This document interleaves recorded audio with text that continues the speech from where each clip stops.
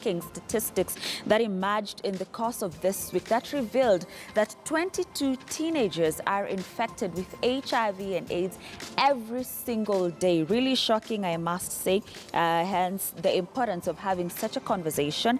Before I get to my guests, of course, keep your feedback coming at KTN News KE, at Grace Career KE. I'll be happy to sample it, whatever feedback, questions or comments you might have. You can also call in live in the course of the interview just to send in your contribution to our discussion today. And my guests, as I did say, as I've been saying, are already with me in studio.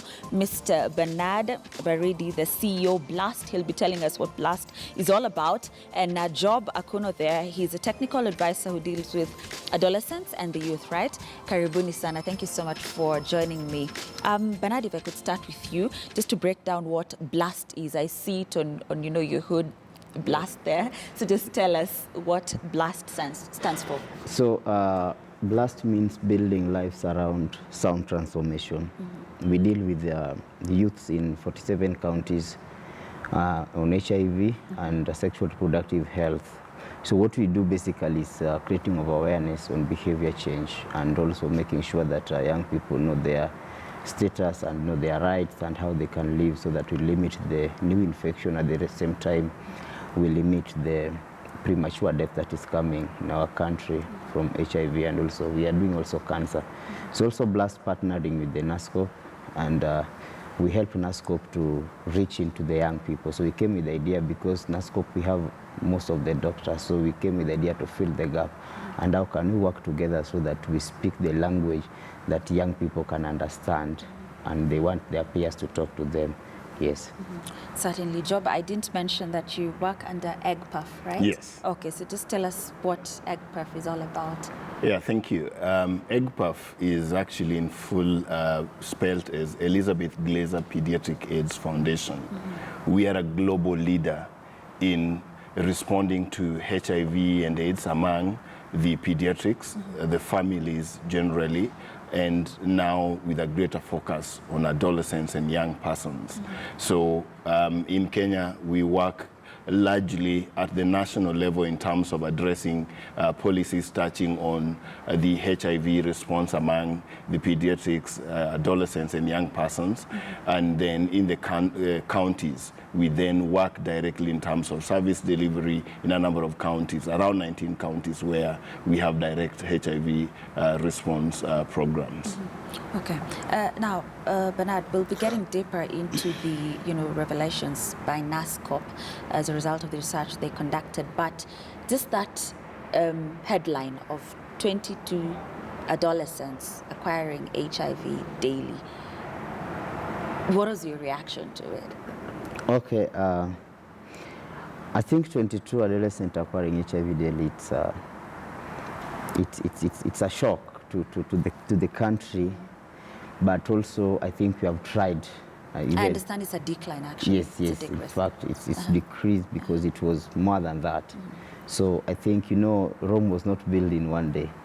So what I think that that's why we are still coming with new ideas of what we can do and everything. Mm-hmm. But also you cannot control what people are doing. And the news that came up, it was shocking that 22 people are getting infected every day. Mm-hmm. And for us, we feel like, for me, as Blast or as the organization, where you work with the youths and young people, is what do we need to do to make sure that we reduce these new infections? Mm-hmm. First, we know the science is working and the medicine is working. Mm-hmm. ARVs is there, and I feel if you become HIV positive today and you put in medication, mm-hmm. you start your ARVs, and most of people right now, we get out from CD4 right now, we are in viral load.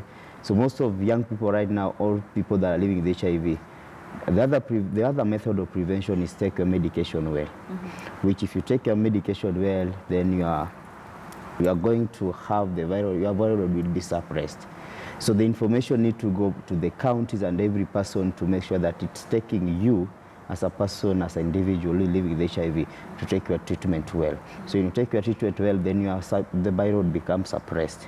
So this other infection that can come and put you down and will be difficult.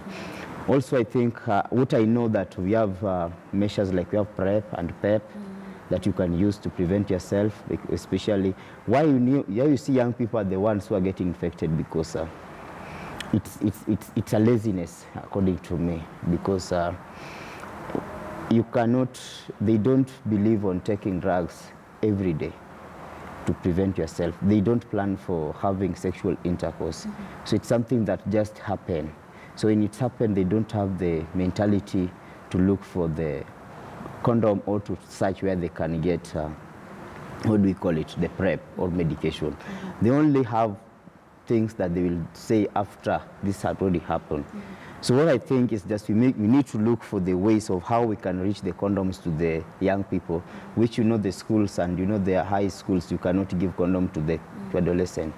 If you go to US at this 16, 15, 17, you can be able to know where they can get condoms. But as a country in Kenya, you have to be over 18 so that you look the way you can get condom and everything. But these people start practicing sex early.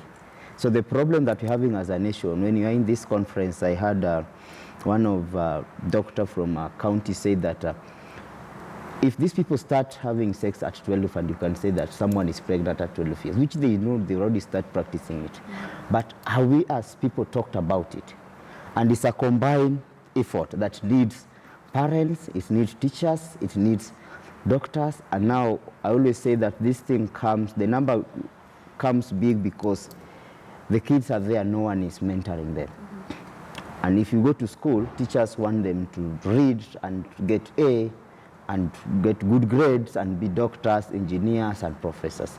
No one is talking about the issue that they're going through. If you go to church, our pastors want you to go to church, pray, go to heaven, Jesus loves you. No one wants to talk about these things. If at home parents are busy, they want to go work, they come there in Chama, weekend they don't spend with their kids. So the kids start behaving like they don't have anyone inside here to control or to talk to them. So they start practicing these things on their own way. And when they practice in their own way, because of the social media influence, they don't even watch television, our Kenyan television. YouTube, you can see Instagram, because they have access on this.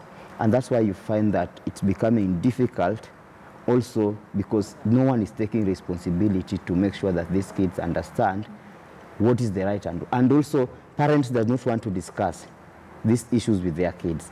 And that's why we are getting these new infections as a country. Yeah. Now, there's so much that you've said, Bernard, and I have almost a question for every point that you raised. But just allow me to ask this, and I'm not being ignorant of where we are as a nation right now. Yeah. But what happened to if I would call them the good old days, where I would preach abstinence, why are we talking about distributing condoms to 12-year-olds? I know it's happening, I know it is, but what changed? I myself grew up in the village. I'm not the village. You are, as a kid, you are every person is like your father. So if a teacher sees you standing with a lady, you will run, because on Monday you will be put in assembly. What are you discussing? But now, it's the generation that we are having right now. Things have already changed and far away. So why I'm saying that we need to look at the way where they can look for this condom, because this thing is happening. But first thing that we need to do, in the old days, you used to be taught. We used to be taught. I hope Job, your father or your grandmother or everybody used to sit down with you and tell you this and this and this and this. And we had a dream. Many people, because me, when I was growing up in the village, my vision was to go to Nairobi. So you need to work very hard to come to Nairobi.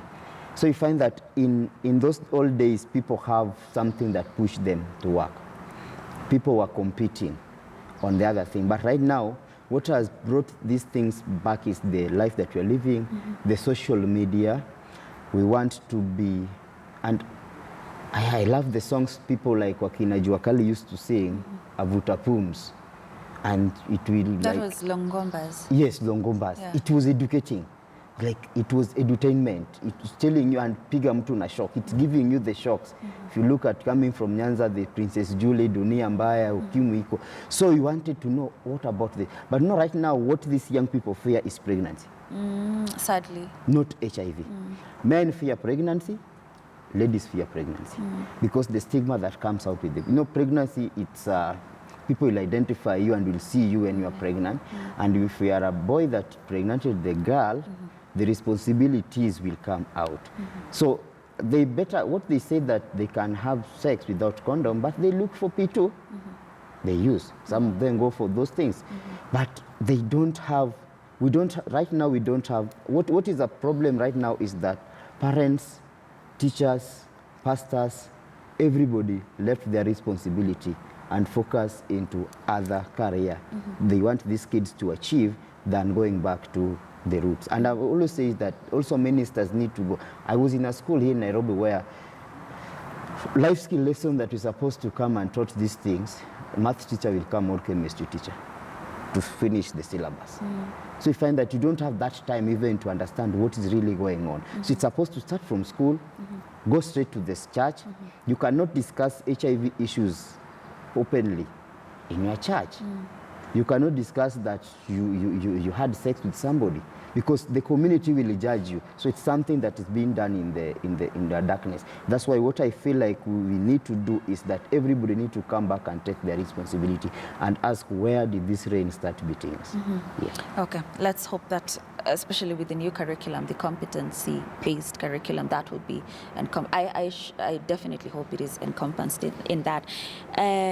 I'll be coming back to you, Baridi. There's so many issues that you've raised, but I want to pose the same question to you, Job. Where did the rain, start beating us? Because the same question, why are we speaking of condoms, contraceptives to teenagers?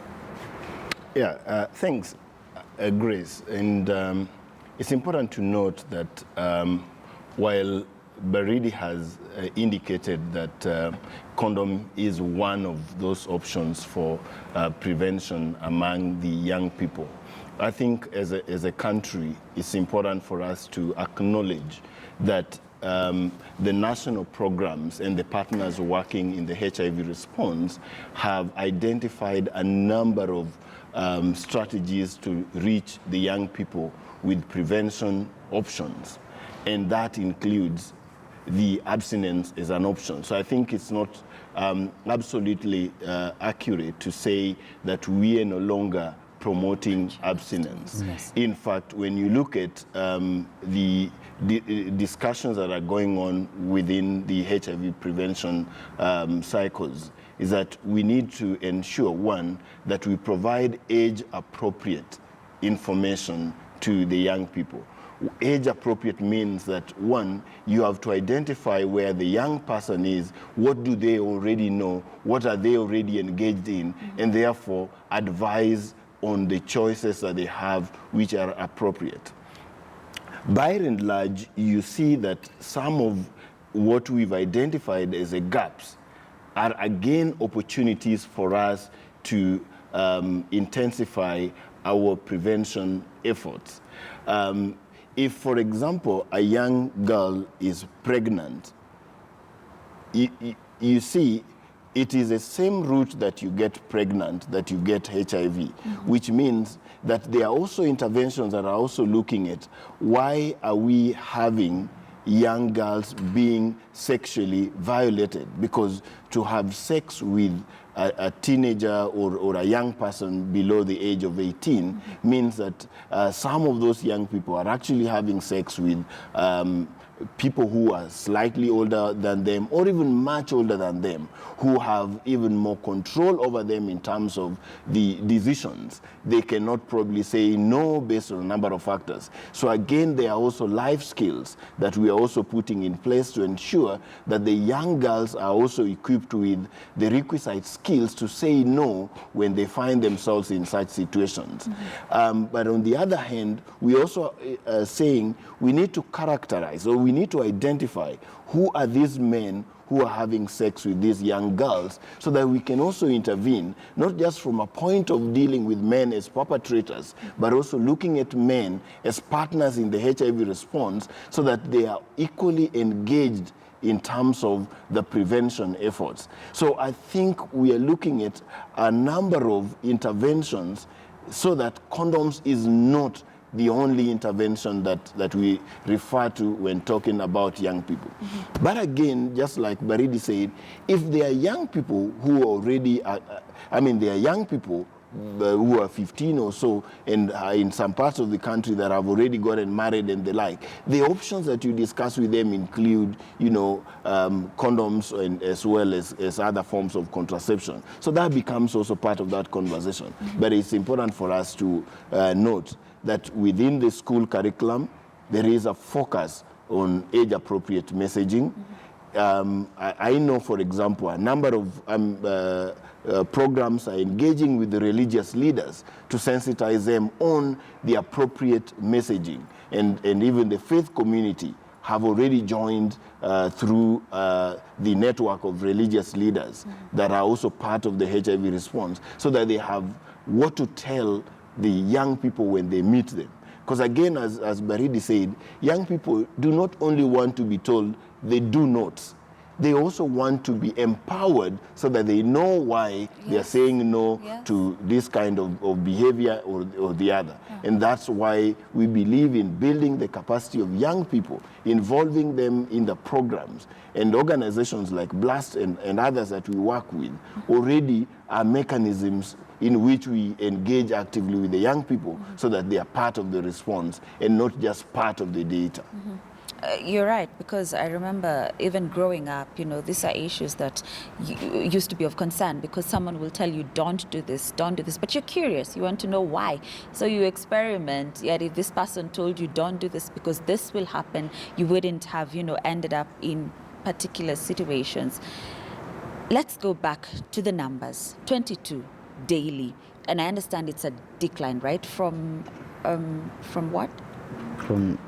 It was around, it was more than that. More than that, yeah. Okay. But still 22 is a huge number daily. What do you say about that? Yeah, it's important that we're having this important conversation around the numbers. And it's also critical that we try some reversal and talk about these numbers represent the next generation of leaders of this country. And therefore, what it means for us as a country is that we must put everything in place to reduce those numbers.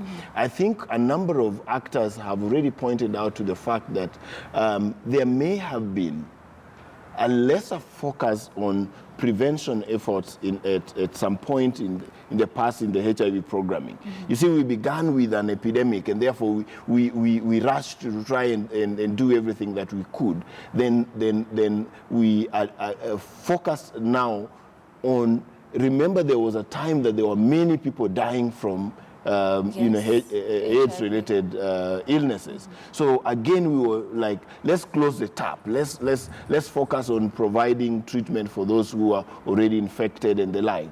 So somehow, I think the conversation around the young people might have been lost in all this space as we were focusing on a number of areas, including, treatment for those who are living with HIV. So the realization, when the country noted that there was actually a need to pay greater focus on this population called the adolescents and young person, the country actually moved with speed to develop what we call the fast-track plan.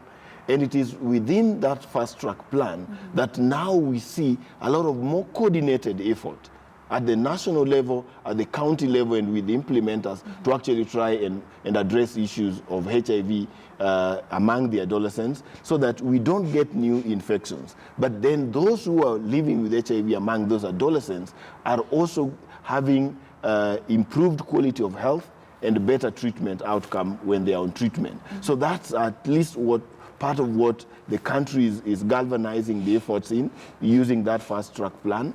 And I believe now that we're actually working on the next Kenya AIDS strategic framework, you can see that the adolescents and young people have actually been put at the center of the national response, and that this data, really, while it is shocking, I believe that the efforts that are being put in place is going to narrow the lens on this population and address those factors that are contributing to new HIV infections as well as deaths. Talk to us about EGPAF and what you're doing to hopefully just bring these numbers to zero. Yes. Thank you. So at EGPAF, for example, I did mention that we engage at the national level. So at the national level, we engage with the National AIDS Control Council, the NASCOP, the Ministry of Education, Teacher Service Commission, to develop a teacher's guide to support learners living with HIV in school. Part of what that guide does is that it actually provides us with a systematic way to ensure that when we train the teachers and the non-teaching staffs in school, they are better prepared, one, to deal with the stigma around HIV in school, because that has been one of the issues in HIV response.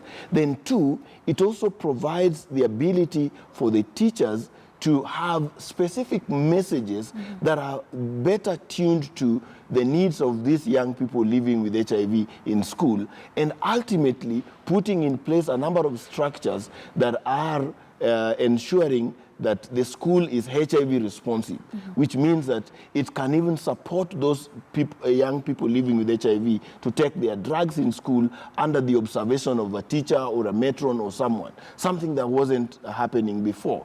And we have piloted this as EGPAF in Homa Bay County, where, for instance, we have around 600 of those learners in school who are actually being supported by the schools to take their drugs while they're in school. So some of those initiatives that we are putting in place are meant to help address the barriers that young people have faced when it comes to both the prevention as well as care and treatment. Now, in far-flung places like Turkana, again, you know, through initiatives like the Red Carpet, we are fast-tracking services for young people in health facilities so that the time they take waiting for services was in itself a barrier for young people accessing services within their facilities. So we've put in some of those interventions. And on the 30th of July, we actually shared with the country a number of these interventions that we consider as evidence-based. Okay, you'll be telling us more about that. And of course, YouTube already, you'll tell us more about BLAST after we take a break. But there's a comment that I want you to react to from one of our viewers here at Dylan Nyariki. I hope I pronounced that correctly. He says, I feel the westernization and the Western culture in general has really eaten into our morals and African beliefs so much, thus the recklessness being witnessed among our youth. Do you agree? Yeah. Why? It is what the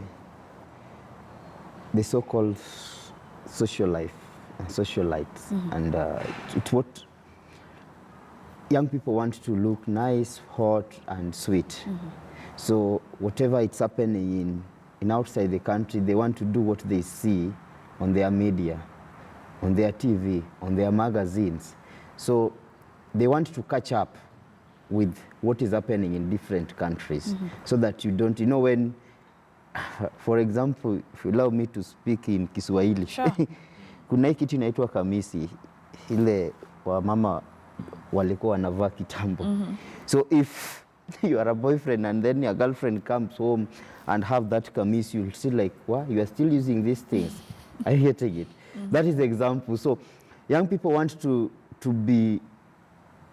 they want to up their game.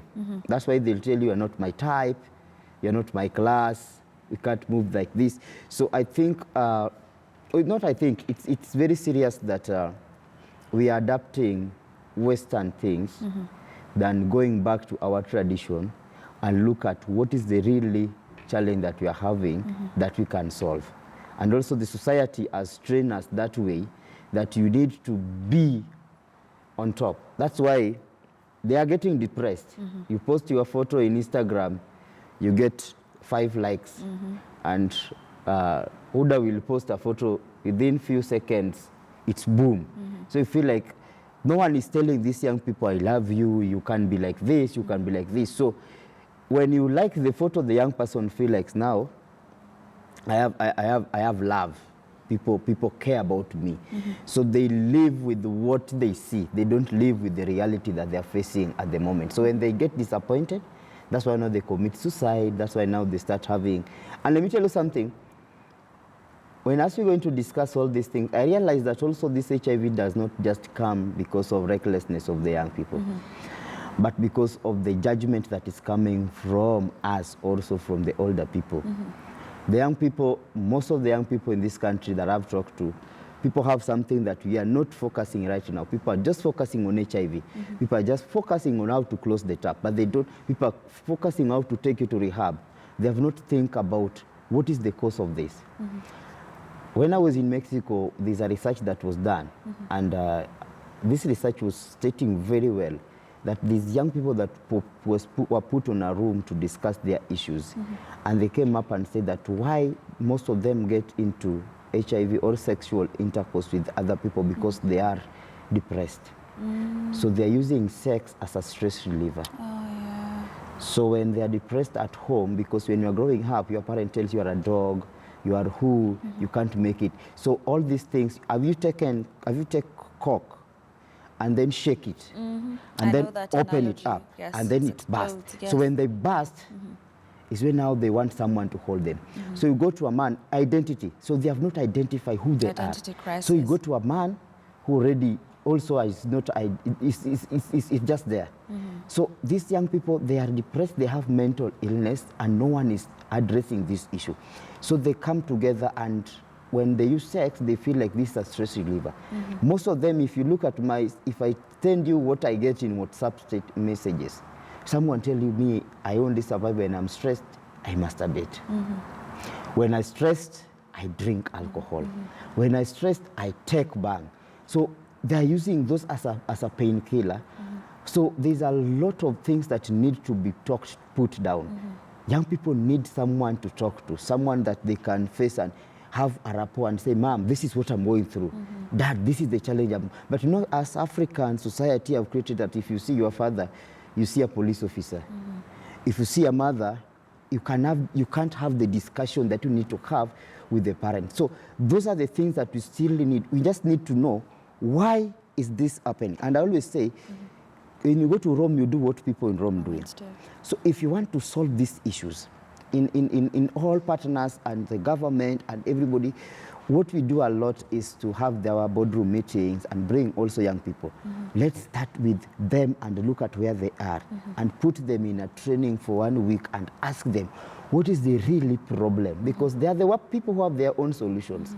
Then if we get that way, we'll be able, I love what EGPAF doing, because I've seen them pushing young people going outside there.